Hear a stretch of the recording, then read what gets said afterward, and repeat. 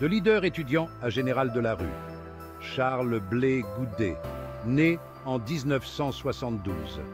Un jeune homme de Niagbraïo, en Côte d'Ivoire. Il part pour la grande ville, Abidjan, pour l'université.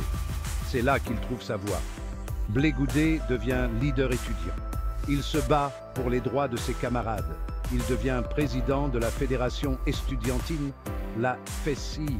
Sa voix porte. Une voix pour la jeunesse. La passion de Blé Goudet résonne chez beaucoup. Il ne parle pas seulement des problèmes étudiants.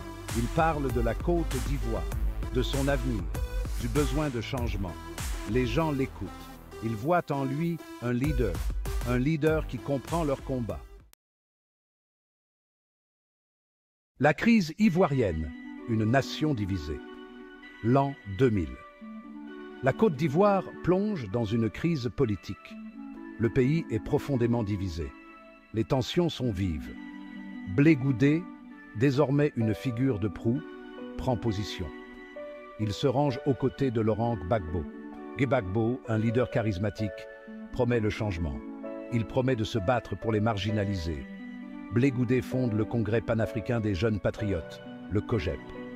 Ce mouvement de jeunesse devient une force puissante. Ils se font appeler les patriotes. Ils croient en la vision de Gbagbo. Blé Goudet, avec son charisme et ses discours enflammés, devient le général de la rue. Il est capable de mobiliser des milliers de jeunes. Ses mots font écho à leurs frustrations, leurs espoirs, leurs rêves. Justice et acquittement. Un nouveau chapitre s'ouvre. La crise atteint son paroxysme en 2010. Une élection contestée. La violence éclate. La Cour pénale internationale, CPI, intervient. Blé Goudet est accusé de crimes contre l'humanité. Il est arrêté en 2013. Il passe des années en détention, face à son procès, face au poids des accusations. Mais Blé Goudet clame son innocence. Il se dit prisonnier politique. Il se dit bouc émissaire. Le procès s'éternise. Des années passent. Enfin, en 2019, le verdict tombe. Non coupable. Blé Goudet est acquitté. Il est libre. Une vague de soulagement le submerge, mais le combat n'est pas terminé. Il a une nouvelle mission.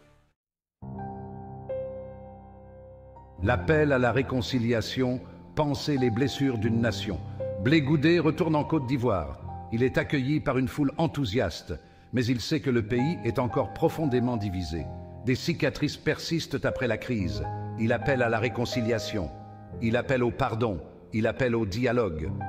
On ne peut changer le passé, dit-il, mais on peut construire un avenir meilleur. Il tend la main à ses anciens rivaux. Il rencontre des victimes de la violence. Il écoute leurs histoires. Il partage leurs douleurs.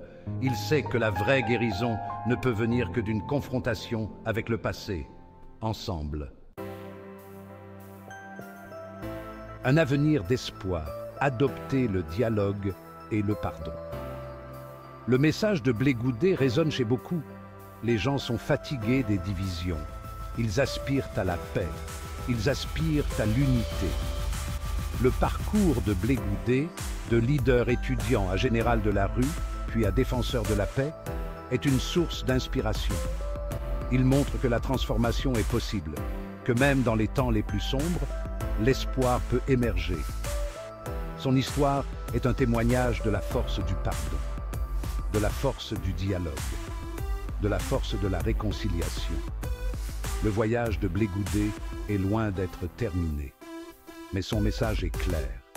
La Côte d'Ivoire peut guérir, elle peut se reconstruire, elle peut aller de l'avant, ensemble. L'héritage de Blé Goudet, un témoignage de transformation. L'histoire de Charles Blé Goudet est complexe. C'est une histoire de passion, de conviction, de combat, de rédemption. Il a été une figure clivante, un symbole de division. Mais il est devenu une voix pour la paix, un champion de la réconciliation. Son héritage est encore en train de s'écrire. Mais une chose est certaine, son parcours est un témoignage de la puissance de la transformation, de la puissance de l'espoir, de la puissance du pardon. L'histoire de Blé Goudet nous rappelle que même face à l'adversité, Même après des épreuves inimaginables, nous pouvons choisir une autre voie. Nous pouvons choisir la paix. Nous pouvons choisir l'unité. Nous pouvons choisir de construire un avenir meilleur, ensemble.